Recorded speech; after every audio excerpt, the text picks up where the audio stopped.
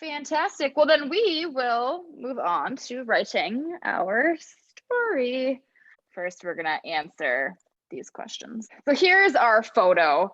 I'm wondering, can anyone describe this photo for us? Can someone explain what's happening in this photo? Just don't make anything up. Like, we're not going to name the characters or anything like that. I just want someone to explain it. What are we seeing in this photo? Emily, I saw you unmute yourself. Yeah, I'm seeing a boy reading a book to his teddy bear. Yeah, we've got a little boy. How old do you think that boy is, Em? I'd say he looks like he could be maybe anywhere between 3 to 5. Okay. Possibly, or maybe 2 to 3, I don't know. Yeah, he looks pretty young to me. Yeah. How about someone else? What else do we see? What's the setting around? So this little boy, yeah, Paz. Yes, I see a teddy bear sitting across from the boy while the boy reads a book. And what's in the background? Lots of prairie grasses. So they're outdoors, they're sitting in this prairie grass. I even see a little house back here. Maybe it's the boy, maybe the boy's in his backyard. Maybe. Awesome.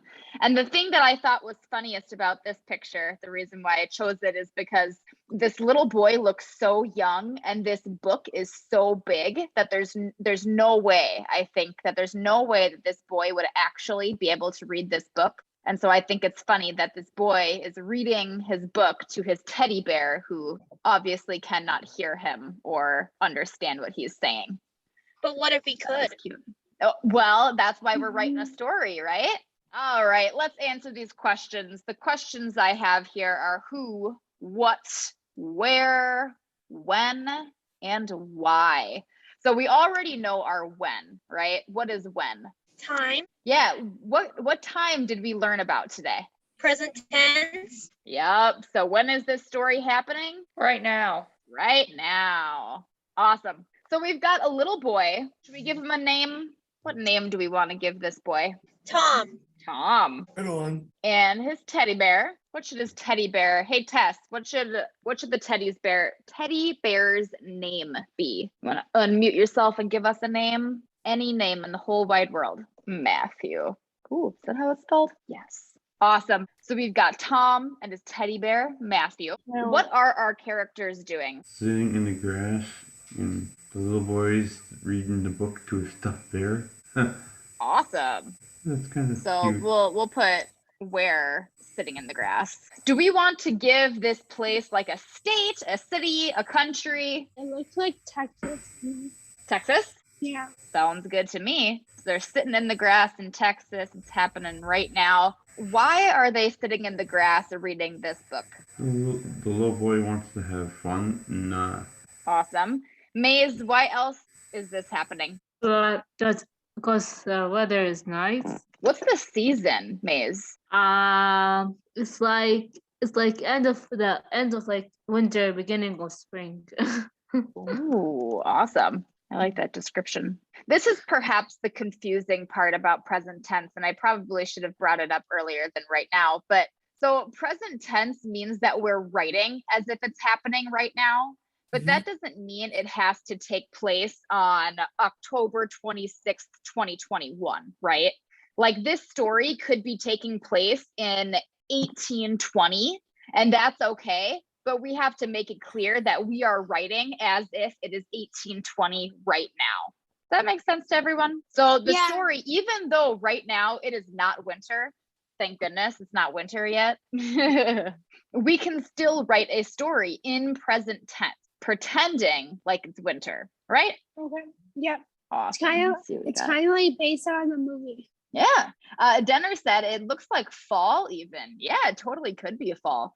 We'll stick with the winter spring just because that's what we have written down, but it could be fall totally. It looks nice. I see those green leaves over there. I mean, it looks like it's hazy. Oh, you're right, Hannah. It does look hazy, doesn't it? Maybe we'll add that, sitting in the hazy grass in Texas. Fantastic. All right. Does anyone have an idea of how they would like to start our story off? What we could use for an opening sentence? Oh, I Kick do. off a sentence. Oh, Hannah, go for it. I would say the little boy is Tom. Tom is having a day to himself and winning to his teddy bear. And it looks like a hard book, but he's getting there piece by piece Mm. or bit by bit. His book is, Hard. how did you say his book is a So little it hard? says his book is a little hard, but he's going it piece by piece to make words easier to explain and to memorize. Awesome.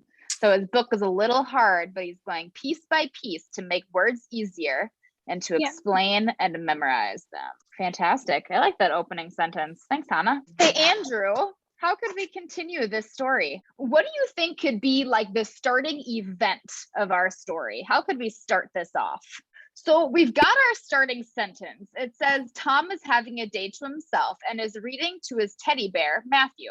His book is a little hard, but he is going piece by piece to make words easier and to explain and memorize them. What we can say next is, even though Tom was struggling a little with hard words, Matthew seems to really be enjoying the story. Awesome. Enjoying the story. Cool. You want to add another sentence for us, Andrew? What do you think Matthew enjoys about it? Why does he like the story so much? I think maybe he enjoys Matthew's expression. Ooh. The teddy bear enjoys. Matthew enjoys Tom's expression. Perfect. So Tom's expression that he uses while he's reading, right? Yeah. What does that expression sound like? Okay, so for example, if say I'm reciting I'm not going to recite the whole stanza, but this is from The Blind Girl, and it's by a lady named Fanny Crosby, and it goes, her home was near an ancient wood, where many an oak gigantic stood, and fragrant flowers of every hue in that sequestered valley grew. A church there reared its little spire, and in their neat and plain attire, the humble peasants would repair on Sabbath morn to worship there. So it's that kind of expression. Yeah. What I heard is how you made your voice higher and lower at times. Yeah, So Matthew enjoys Tom's expression he uses while he reads. He yeah. likes the way his voice gets higher and lower and Mhm. maybe even softer and louder. Yeah. Awesome. Perfect. Thanks, Andrew.